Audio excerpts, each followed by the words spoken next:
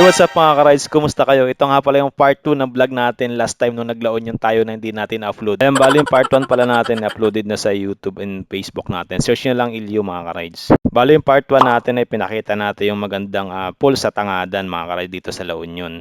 Oo nga pala, last August pa tong video natin mga ka-rides. So dahil wala tayong time, busy tayo kaya ngayon lang natin na-upload. Oo nga pala, for this video ay dito tayo sa Imoki Island. Ayan, isa sa mga dinadayo to dito sa La Union. Kaya tara, let's go and just stay tuned. Samahan niyo ako na ikutin natin to. Ang Imoki Island dito sa Balawan, La Union. Bale, may entrance nga pala ng 50 pesos para sa registration fee and 30 pesos naman sa mga senior at PWD. Yung dumating nga pala kami dito ay 3 p.m. na. So, wrong timing dahil low tide. Sabi nila pangit daw pag low tide dito. Tara, tingnan natin, silipin natin.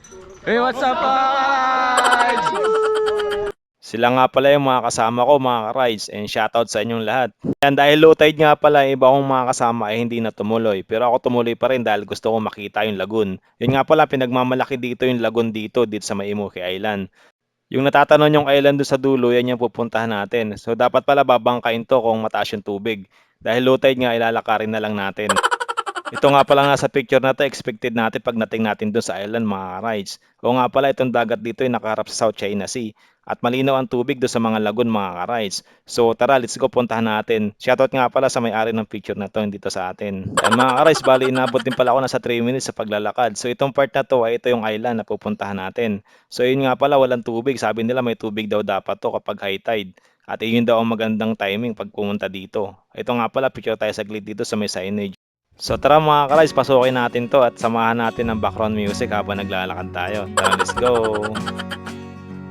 Sabi pala nung kasama ko, itong part na to ay may tubig daw to kapag high tide. At hindi daw to ganito at maganda at malinaw ang tubig dito mga ka-rides. Yun nga pala, yung tatlo kong kasama ay nauna na dito. Kaya hinahanap ko mga ka-rides, bali naliligaw nga pala ako dito sa part na to.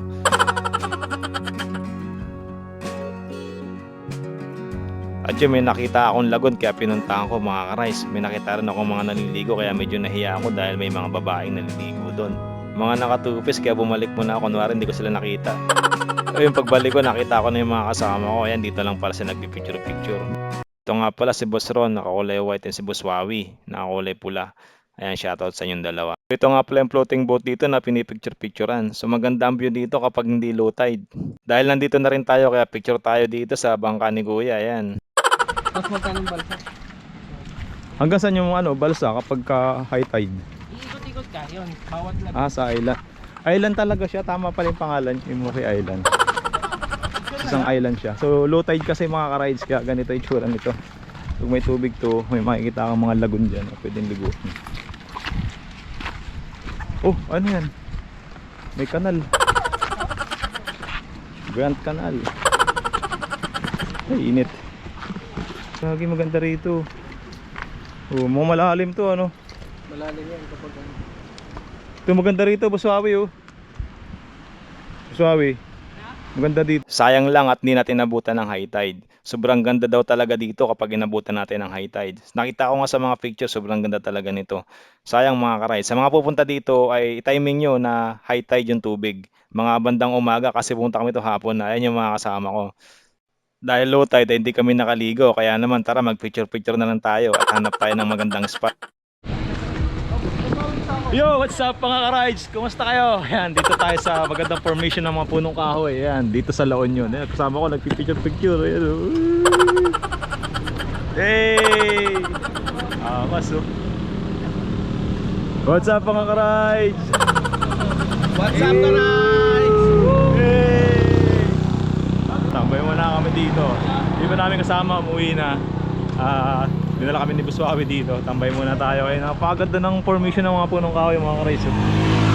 Mga picture-picture.